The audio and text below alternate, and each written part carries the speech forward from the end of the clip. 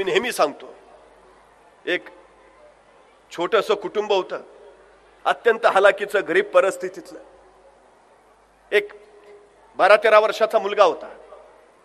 स्वप्न खूप होती, त्याची इच्छा खूप होत्या, काहीतरी बनायचंय, काहीतरी करून दाखवायचंय. पण वडील एकटे मजुरीला जाणारे, 4 बहिणी, मोठं कुटुंब, ह्या सगळ्यामध्ये आर्थिक ओढाताण एवढी व्हायची की त्याच्या लक्षात आलं की आपली स्वप्न आपण पूर्णच नाही करू शकत. आपल्याला जे बनायचंय ते या परिस्थितीत आपण बनवू नाही शकत. दिवसेंदिवस तो निराश निराश निराश होत गेला. काही होणार नाही आपल्याकडनं. आणि त्याची निराशा त्याच्या वडिलांना जाणवली की तो जर असा निराश होत गेला तर संपून टाकेल सगळं. आणि मग त्या वडिलांनी त्या आपल्या मुलाला निराशेतनं बाहेर काढायचं ठरवलं. एक अत्यंत फाटकं कापड एके दिवशी त्यांनी काढलं. त्या फाटक्या कापडाचा एक रुमाल एवढा तुकडा फाडला आणि तो आपल्या मुलाजवळ दिला. सांगितलं, बाळ, हा फाटका तुकडा घे कापडाचा आणि हा कुणी 10 रुपयाला विकत घेतय का बघ. अत्यंत जीर्ण झालेलं ते कापड होतं. पण वडिलांनी सांगितलं, हा फाटका रुमालाचा कपडा 10 रुपयाला कुणी घेतय का बघ. तो मुलगा म्हटला, बाबा किती जुना कापड आहे, कोण घेईल का. वडील म्हणले, प्रयत्न तरी कर. त्या मुलानं त्या रात्री तो कापडाचा तुकडा स्वच्छ धुतला, अगदी स्वच्छ. इस्त्री करायची म्हणून त्यांनी स्वतःच्या अंथरुणाखाली ठेवला. सकाळी उठला आणि तो धुतलेला कपडा घेऊन तो बाजारात गेला. 10 रुपयाला कापड, 10 रुपयाला कापड करत ओरडू लागला. 1 तास झाला, 2 तास झाले, 3 तास झाले, 4 तास झाले. त्याच्या कापडाकडे कुणी बघेना सुद्धा. अक्षर तो रडवेला झाला. कुणी घेणार आहे की नाही त्याला काही कळेना. 6 तास झाले, 7 तास झाले, त्याचा तो फाटका कपडाचा तुकडा कुणी विकतच घेना. पण अचानक एक गाडीवाला शेजारी आला.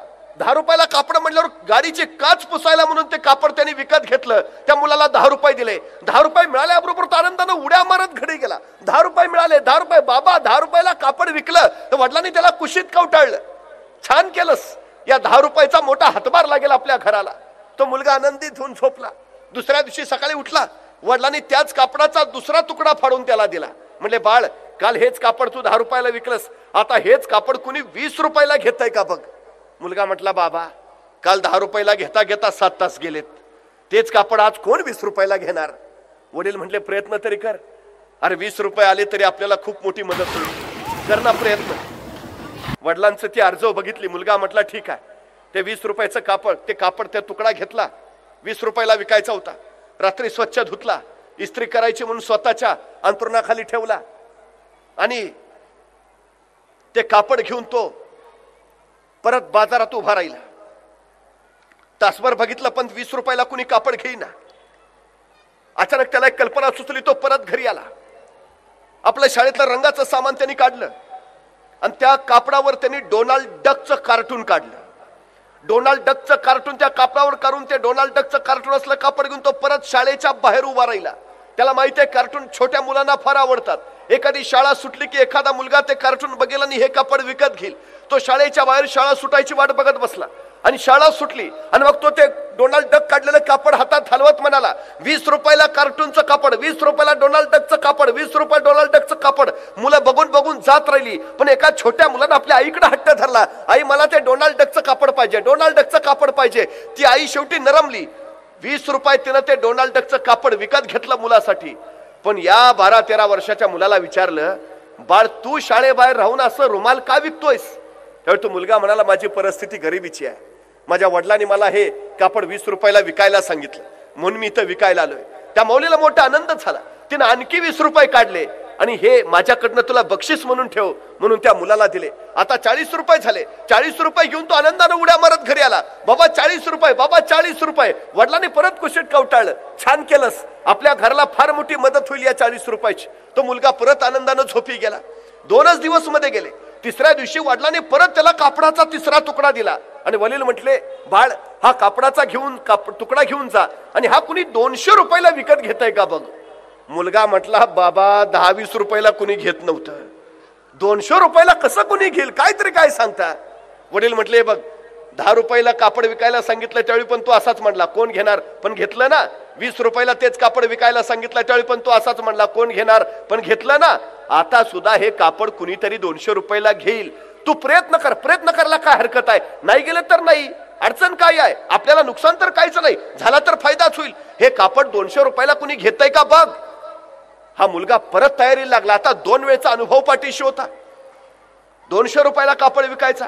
त्यांनी रात्री स्वच्छ धुतलं, इस्त्री करायची म्हणून अंथरुणाखाली ठेवलं आणि तेवढ्यात त्याला दुसऱ्या दिवशी बातमी लागली की आपल्या शहरात शूटिंगसाठी ऐश्वर्या राय येणार आहे. ऐश्वर्या राय येणार आहे म्हटलं, याच्या डोक्यात कल्पना आली.